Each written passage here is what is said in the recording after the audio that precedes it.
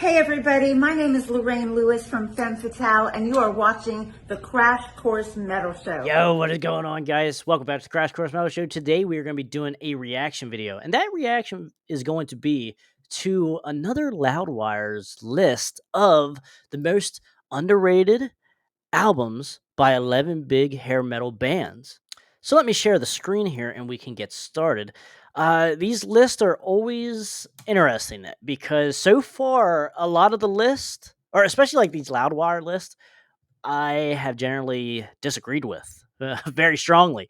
So let's see what this one has for us. So I'm quite interested because this is kind of like where these kind of lists are the most fun for me because we're talking about underrated stuff or stuff that kind of gets overlooked. So let's jump in here to the list here and see what they got. So coming in here as the first one, that is going to be Ratt with Detonator from 1990. I'm going to agree with this wholeheartedly because I think this album kind of gets shit on by a lot of the Ratt fans and just hair metal fans in general. Now, I will say the last like couple years or so, I have seen like the swing go the other way for this album, and a lot of people starting to appreciate and think that this might be one of Ratt's better albums. And I wholeheartedly agree with that. Like, this is my favorite Ratt album, so I'm really cool with having this here. I just love the bluesiness and also the very melodic and mainstream on some songs, like really mainstream feelings, choruses and such. And Warren's bluesy guitar playing is absolutely great on some of these songs. Love it, love it, love it, love it. The solos on "Loving You's a Dirty Job" alone is absolutely amazing. This album's just great, so please check it out if you haven't. If you're a big fan of Ratt and you haven't checked this album out, I don't know what the fuck you're doing, guys. Come on. All right, so moving on here to the next one, we have interesting Dokken's Erase the Slate. Now, I'm not super familiar with this one, so I can't really shit on it or love it one way or the other. But generally speaking, anything Dokken like after Dysfunctional is a very hit and miss, in my opinion, and usually it's a lot of miss. Now, if I'm not mistaken, this is Red Beach's Red Beach's first album or only album, I guess, with Dokken. So that's cool in and of itself. Because Reb's a great guitar player. Love his shit and Winger and all that. Just great guitar player all the way around. So I'm kind of gonna have to pass on Erase the Slate here. But generally speaking, from what I hear from other people, this album just ain't that good. But I am willing to check it out if I ever find a physical copy of it. So, all right, that is what it is. I'll leave this one as neutral here. All right, coming in here next is Whitesnake, Slip of the Tongue, 1989. This is the one with Steve Vai on it, and I I kind of agree with this. Like, is it my favorite Whitesnake? Of course not. But it's not as bad as people say it is. I kind of like this album. I can visit it. Now, there are some cheesiness to it, and you do have to like Steve Vai's style of playing 100%. Because Steve Vai doesn't really have that bluesy feel like some previous Whitesnake guitar players, like, say, John Sykes, for example. And even the stuff pre-80s from Whitesnake. So, I do like slowpoke music is fine, but there is tongue-in-cheek stuff on here. But at the same time, like, there's good stuff I like a lot. Cheap and Nasty. Judgment Day's decent, pretty good. Now You're Gone's decent. The ballad on here, Deeper the Love, I think it's called, is really good. I like that 100 times better than Is This Love, 100%. And there's good stuff on here. I mean, but when you're coming off of what people were expecting, the 87 album, people think that album's absolutely amazing, which it's fine. I mean, I don't think it's absolutely the greatness that everyone says it is. And when you're coming off to something like this, and obviously not having John Sykes, that's a big blow to the songwriting and guitar playing. Not taking anything away from Steve Vai as far as playing goes, but it just wasn't really a good fit, which I totally get that. But I can visit this album once in a while. I like Slip of the Tongue is fine. I'm cool with it. So I'm all right with it being on this list, I guess. Something different to talk about. All right, coming in here next, Slaughter, Feel No Evil from 1995. Absolutely amazing album from 1995, guys. What the fuck? good stuff. Just like side A on this album is just great. I have no issue with anyone putting this as their favorite Slaughter album. 100%. It almost made my favorite Slaughter album, but the debut is like just good all the way around. Like still a timeless classic. I mean, and still is Fear No Evil. Still, Fear No Evil still sounds great. Man, but you know, Get Used to It is a great song. I love that song. One of Slaughter's probably best songs. Live Like There's No Tomorrow. Just good stuff. Out of My Head's fine. I do dig that one a decent amount. Yesterday's Gone. Good on that front. There's good stuff on here, and I have no issue with anyone uh, putting this album on this kind of list like this. Absolutely great stuff. Coming in here next, I know a lot of people were just threw something through the TV screen right now. Oh, fuck, here we go again. Here we go again. This here with this album, Adrenalize, as an underrated album. Now, I will say, I'll meet everyone halfway here because I don't hate this album like a lot of people do, but I certainly see the shortcomings of this album. This album is certainly not great and underrated. I don't know if I'm going to go that far either. But there are songs on here that I do kind of like, but it is tongue-in-cheek like hell. No doubt about it. And I totally get why people don't like this album, 100%.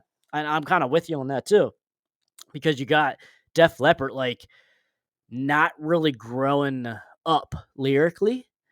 And so I get that, and it's 1992, so, like, look the fuck out. You ain't, if you're not growing lyrically. Going from this, which I kind of, and then retroactive, I guess it's not, I guess it's not really an album. It's somewhat of an EP. So I don't necessarily consider that an album. So I'm just going to go Adrenalize to Slang.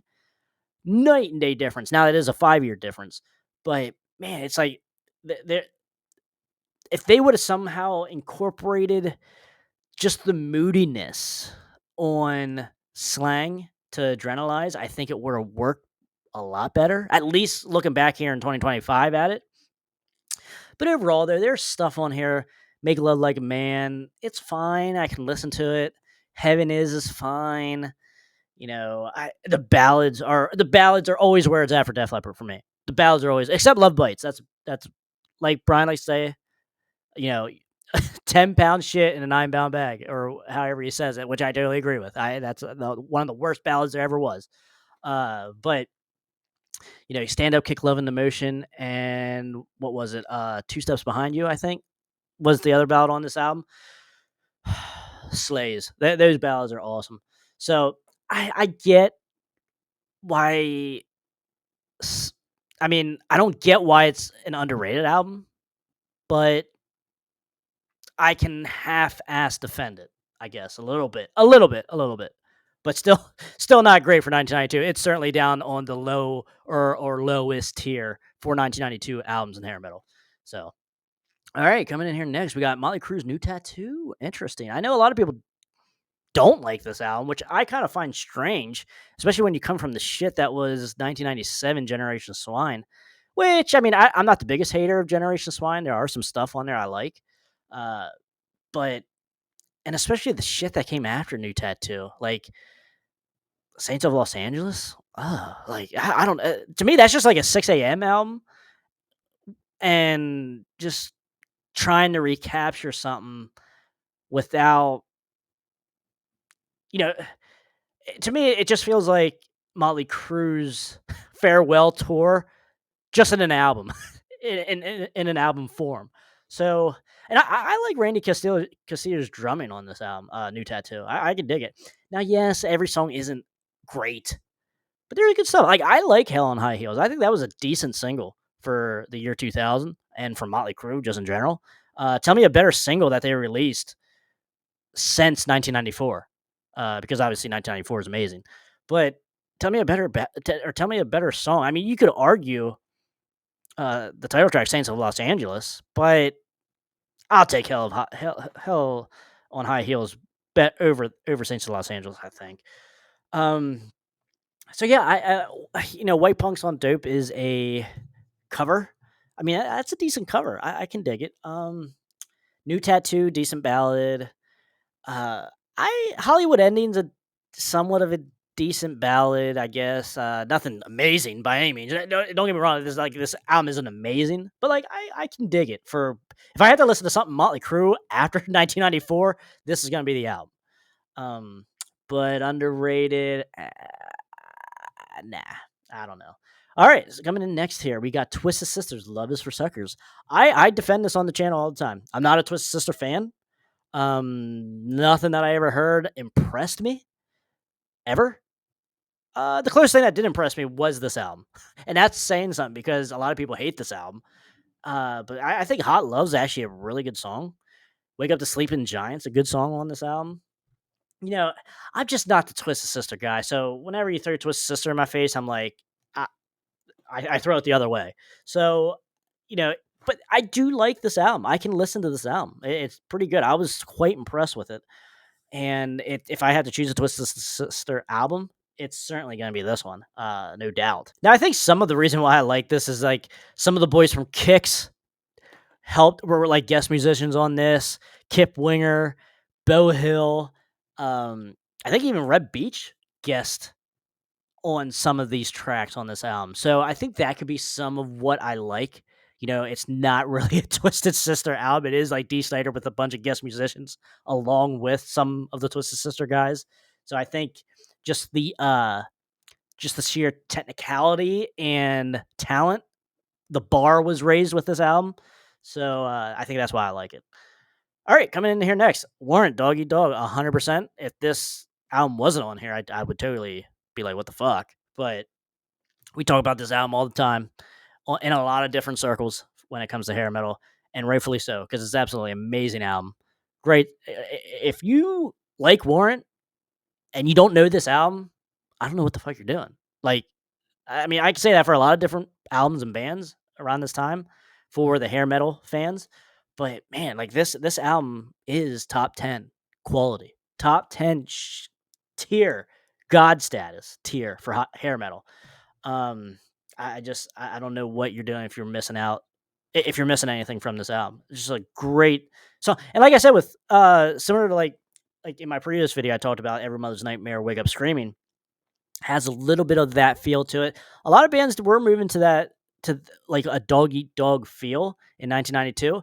Some bands did a lot better than others. I will say that. And more times than not, it didn't work, especially once you got past 1992 and hair metal bands really tried to go dick first into the grunge style, and it did not work.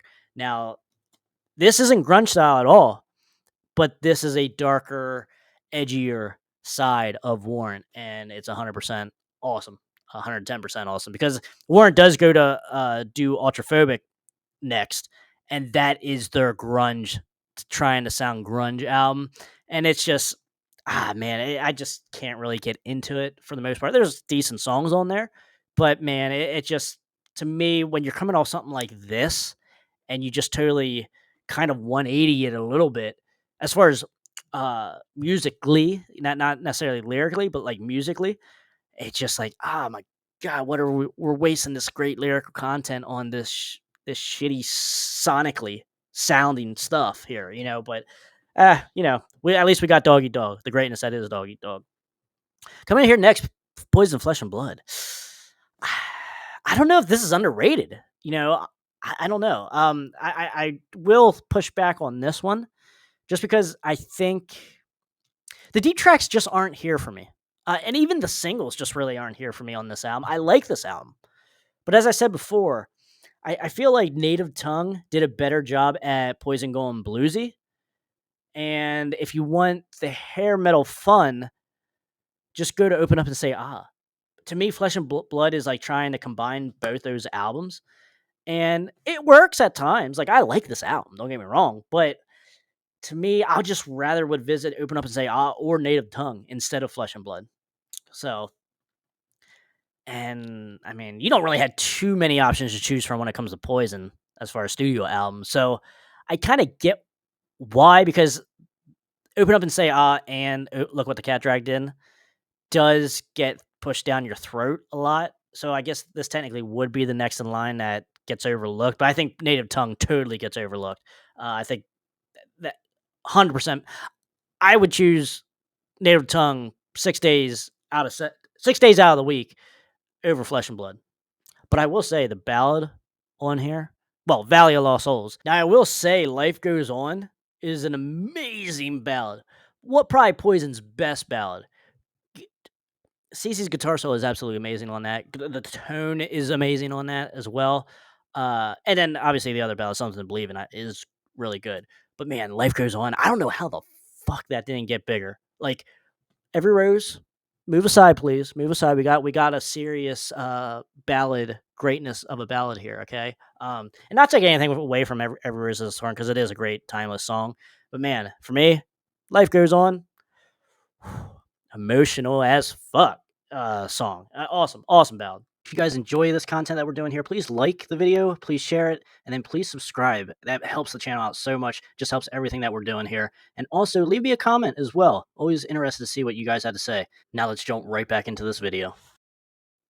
All right, next we got here, Great White Hooked. I can agree with it. I think a lot of you put a lot of Great Whites stuff after the Once Bitten Twice Shy's on here, because the Once Bitten Twice Shy's albums are just, to me, they're good, but Hooked is way better.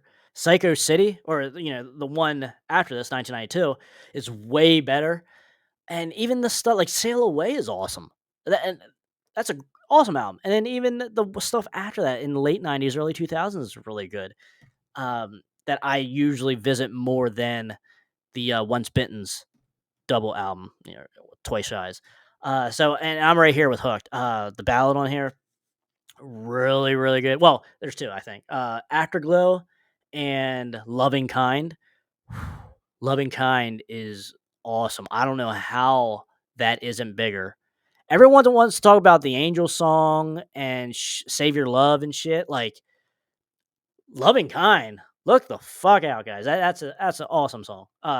Certainly check that out. Desert Moon's a cool ass song as well. Congo Square has those like bongos, I think, in it, like really cool. Just good shit all the way around. I like anything after like 86, 87 for Great White. I love, like, great stuff. Like, I'm not a big fan of their early stuff. I just seems like it just sounds like standard run of the mill early 80s rock and metal, which I'm not the biggest fan of either to begin with. Like, I like it, but like, to me, the later 80s, early 90s hair metal kills the early hair metal stuff. So take that for what you will. All right, moving on here next, we have Cinderella Still Climbing. Hell yes. I can agree with this, actually. Everyone throws in Long Cold Winter and Night Songs as their favorite and awesome, and rightfully so. Two great, amazing albums. But man, Still Climbing does not get the love. I think half of it is people just didn't know it came out, first of all. Even like Cinderella fans don't really have a copy of Still Climbing and just don't really know about it. So when you look at it here, to me, Hot and Bothered was on the soundtrack to the first Wayne's World, which I'm super happy that they put on this album. I think for me, it does. Obviously, it doesn't save it, but like I'm super happy that they did that. But it certainly makes the album better, because that's probably my favorite song off of Still Climbing. But man, the title track is absolutely awesome. I love that like snare drum intro, like war snare drum intro, along with that slide solo. Like when Tom comes in with that slide in the solo to Still Climbing, something gets ripped or something, because it's like, oh my god, everyone, I gotta take a minute here and feel what I'm hearing, So just great stuff all the way around.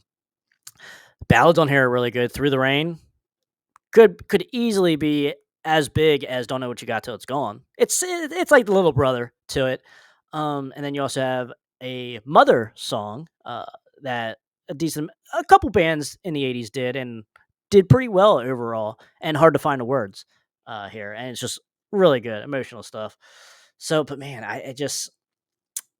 obviously just wrong timing. And I would say a lot of this is Tom at, not 100%. I will say that. Certainly not 100%. And it still sounds pretty good, because you did have a couple songs here. Talk is Cheap, Freewheelin', I think, and there's another one.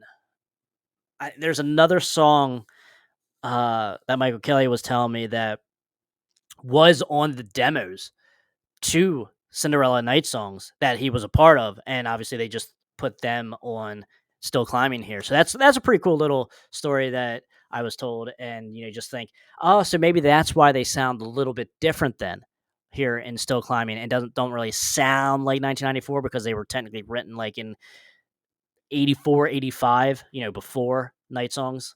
So that's kind of cool to think about every time I hear those songs now.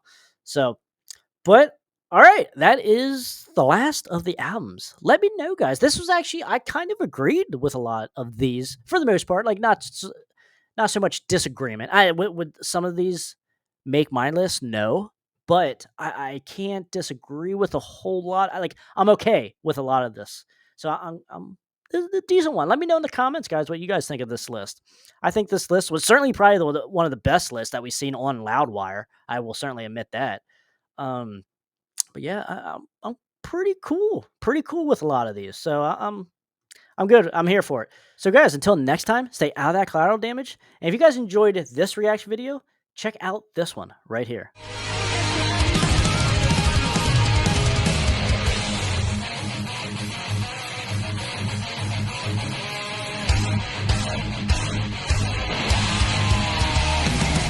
Yeah, I wrote that. It's called I Want to Rock Your Body. And then in parentheses it says to the break of dawn.